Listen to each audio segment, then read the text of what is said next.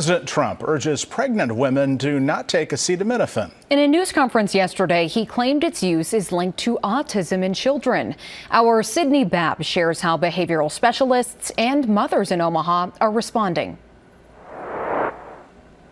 President Donald Trump, along with the FDA, is discouraging expecting mothers from using Tylenol, specifically acetaminophen, linking it to the increased likelihood of autism in children. So taking Tylenol is not good.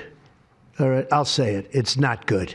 For this reason, they are strongly recommending that women limit Tylenol use during pregnancy unless medically necessary. In response, a range of health experts from around the world noted that there's no conclusive evidence to support an association between Tylenol and autism. Behavior analyst Brett Ringer with Behaving Kids in Omaha says their own research shows the same. So based on the research and what we've seen, there's no widespread scientific consensus linking Tylenol use during pregnancy to autism.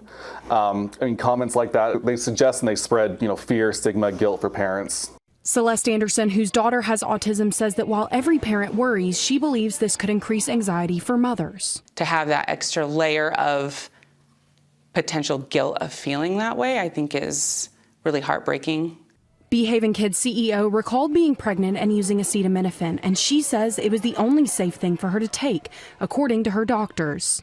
It's rough. Pregnancy is a hard time on women's bodies. Just saying you can't take that, so what can we take? Ringer and Gomez from Behavin both stress that they are only one autism behavior therapy service. For the mothers that have, future mothers that have any concerns, do consult with your doctor. And Celeste, knowing the feeling of responsibility as a mother, had one message for any soon-to-be parents or parents of children with autism. I would just hate for mothers to feel like it's their fault, because it's not. In Omaha, I'm Sydney Babb, First Alert 6.